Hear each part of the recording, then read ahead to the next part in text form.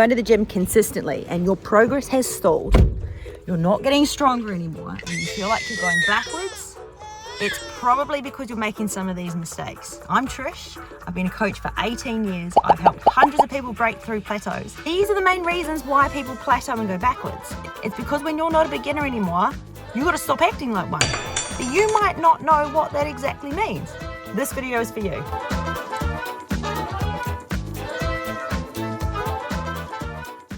There's 9 mistakes in total, and it's really important that you're not making any of these mistakes anymore if you want to go past the beginner phase in the gym. If you're still making some of them, that's fine. It just means you haven't quite leveled up yet. But I'm going to show you how to eradicate all of these mistakes. All 9 are very important, but number 9 is the one that really gets people. And the reason why this one's so important is because it will work in your first year, but after that, it not only stops working, but it causes you to go backwards. So make sure you stick around to the end. I'm going to tell you about all the mistakes that are stopping you from leveling up and what you need to do instead. Tell me if you did this, because I definitely did this. But when you're new to a skill or a hobby, there's this period at the start where you don't know what you don't know, and you're excited and you're motivated. So you want to get all these good tools to help you get better at that skill. And in fitness, that means having every type of tool for your gym bag. It means trying every single supplement that you've heard about. You've got the best lifting shoes, you've got chalk, you've got lifting straps, you've got a lifting belt, you've got knee sleeves, you've got all these different things that you think are going to make you better at your skill. But then over time you start to realize that the only thing that makes you better at the skill is doing the skill and practicing the skill. So over time, as you move past that beginner phase, you actually start to drill down and use less and less tools. And you end up with maybe 2 or 3 tools that are not particularly common or not particularly fashionable, but are just really helpful to you. This is part of the transition from beginner to intermediate and then into advanced is, yes, you know all of those things are helpful, but you've done the process of elimination and you've drilled right down to just 2 or 3 things that you know really work for you. Put something in the comments if that's you, because I know I've got 2 or 3 tools that are really helpful to me and they are not the same as everyone else. So if you're still dabbling and you're still not sure, it probably means you're still in the beginner phase. But know this now, that once you've drilled down to those 2 or 3 tools that really work for you and disregarded the rest, part of the process of moving from beginner to intermediate and then to advanced is, yes, you try all the things, but using that process of elimination and knowing just because something is popular doesn't mean that it's right for you. An intermediate or an advanced person knows that. I did this too, so I'm not judging anyone if this was you. I'll show you these photos here. This is actually a 12-week result. Between those 2 photos, I took a lot of supplements, and they were all the safest and the most highly researched and the best supplements on the market. So I thought, right, I'll take all of them because I want to get the best result. The funny thing is though, when you look at those photos, I also cleaned up my diet a lot and I did really good structured strength training. So if I told you how many supplements I took, a beginner would look at that and think, yeah, I probably need to take those supplements too. But if you're past the beginner phase, you're going to know that I probably didn't need to take 90% of those supplements. It took me the next 4 years in the process of elimination to work out which of those supplements actually gave me a really good result and which ones I didn't need to take.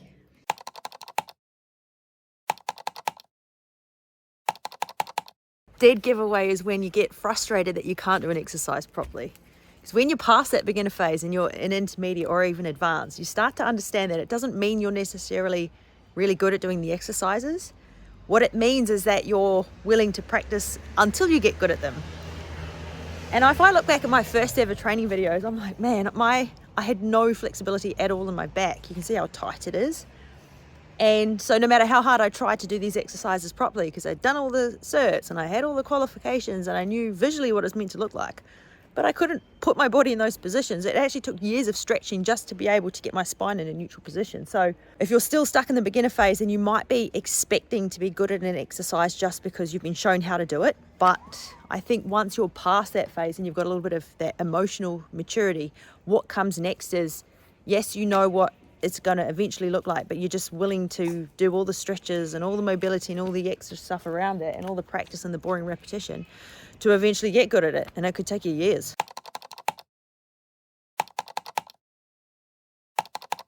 I asked you right now, what exercises you enjoy doing the most? I would bet money on it that it's the exercises you're good at. And the ones you don't like doing are the ones that you're not good at. But guess what? There's only one way to get better at an exercise. If I go all the way back to 2015, there was a certain training program that I did for something like 18 months straight. And it was because I didn't have access to a commercial gym. I was just in a studio and all we had were barbells and dumbbells. So that was all I did. I did the same program for a year and a half. And yes, it was very, very boring. But when you do the same thing over and over, regardless of whether you actually like it or not, regardless of whether you're good at it or not, guess what happens? You have to get better at it.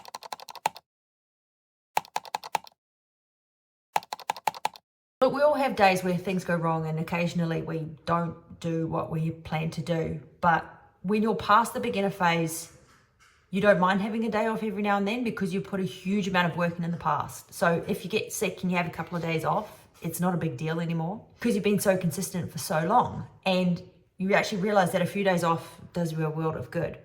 So if you have to have the odd day off, that's totally fine. And you don't get upset about it anymore. You do in your first year because you're still in that learning phase and you want to knit a few months of consistency together. But after you've done that, when you start taking the odd day off here and there, it actually feels good to do that. So if you take a day off and it stresses you out, it's just a sign it's not a bad thing. You're still in the beginner phase. You're still building your routine.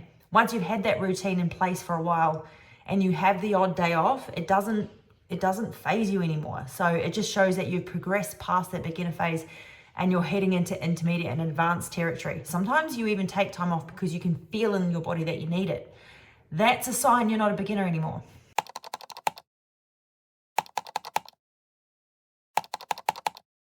This one's controversial, but I need you to hear me out on this. And I am talking to people that are past the beginner phase, okay? So if you are a beginner, you can disregard this for now.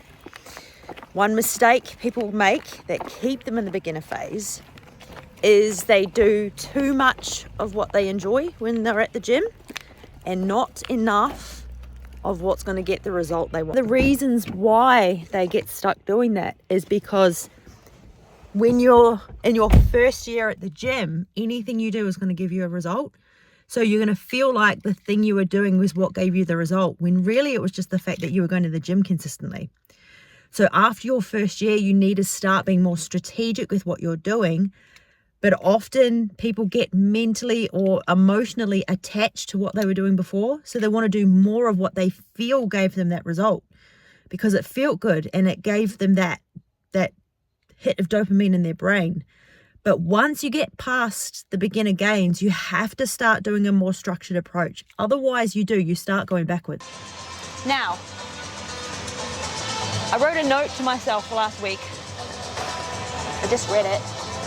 That when I was doing my working set, my elbows were flaring out wide because I can see myself in the mirror over there. So I want to be able to keep my elbows narrow because otherwise when your elbows flare out wide, see how you're shortening the range of motion in the tricep, which is the point of a tricep extension or a tricep curl. So I've made a note to myself to really keep my elbows narrow. So I'm going to do the same weight as last week, but I might not get the same reps. So I did 10 reps last week, both sets, my elbows were flaring out, which is a cheat. Okay, that's a cheat, so I don't want to cheat. I'm trying not to cheat.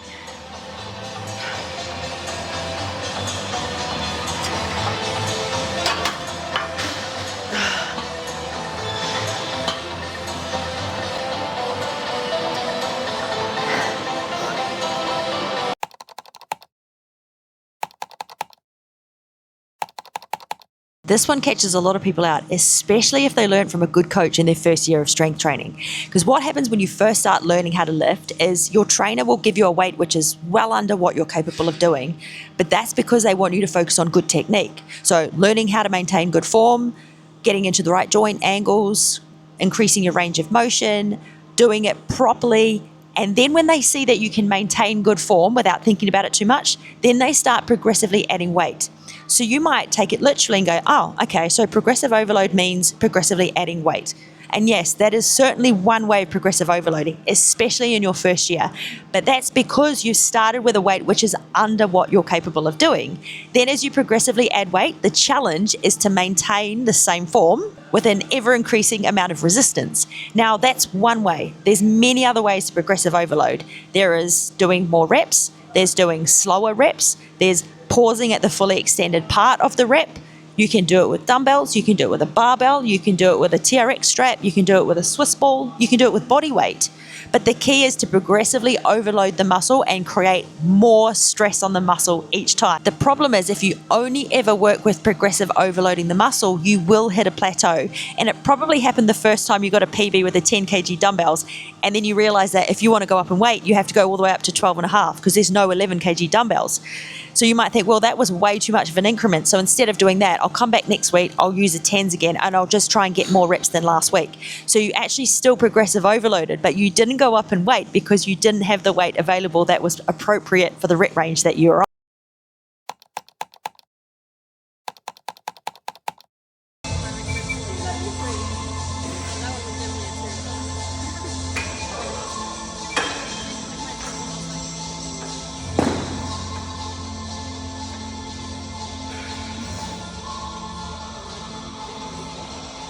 In your first year, absolutely you should try and make all your reps look the same because you've got to build the mind-muscle connection.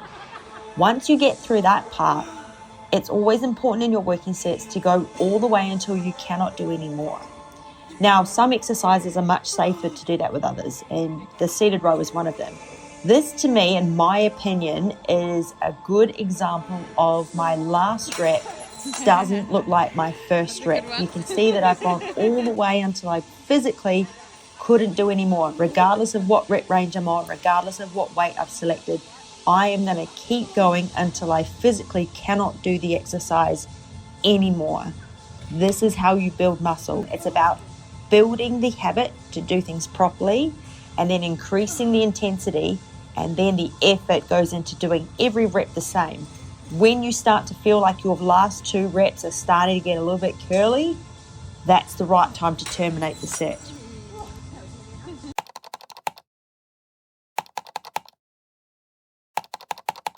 Okay, here's the big one. When you first started going to the gym, you were not strong. You were lifting small weights because you had small muscles. Then as you got stronger and started lifting more weights, you started creating a greater metabolic demand on your body. You started taxing your nervous system even more. But did you start increasing the nutrients that you were eating to make sure that you were keeping up with that demand? Probably not. What starts to happen as you lift progressively heavier weights is you start getting very, very hungry. And unfortunately, if you're not in the habit of prepping your meals, you start snacking because you have cravings. What tends to happen to a person after they've been lifting for a while and they get really hungry is they may start eating more of the good food, but they also snack more and crave more because that's what weight training does, especially if you are increasing the intensity. Your hunger levels are shooting up. So you actually need to make sure that even though you might be eating more healthy food, that you're actually eating less crap. So you're eating less processed food and snacks and protein bars and off meals and cheat meals and stuff like that. Because what can happen is you might eat more of the good food, but if you're eating the same amount of off meals as you were before, your overall calorie intake can go up, and then you might find that you start putting fat back on and you're not able to progressively lift more weights, or you might plateau in strength in the gym because your body is actually demanding more good food. It's demanding more lean protein. It's demanding more fiber. It's demanding more good fat. It's not demanding more KFC. It's not demanding more McDonald's. It's demanding more chicken breast and beef and tofu and vegetables and flaxseed and nuts and seeds and simple carbohydrates. Oats, rice, quinoa, broccoli, cauliflower. It is not craving chocolate.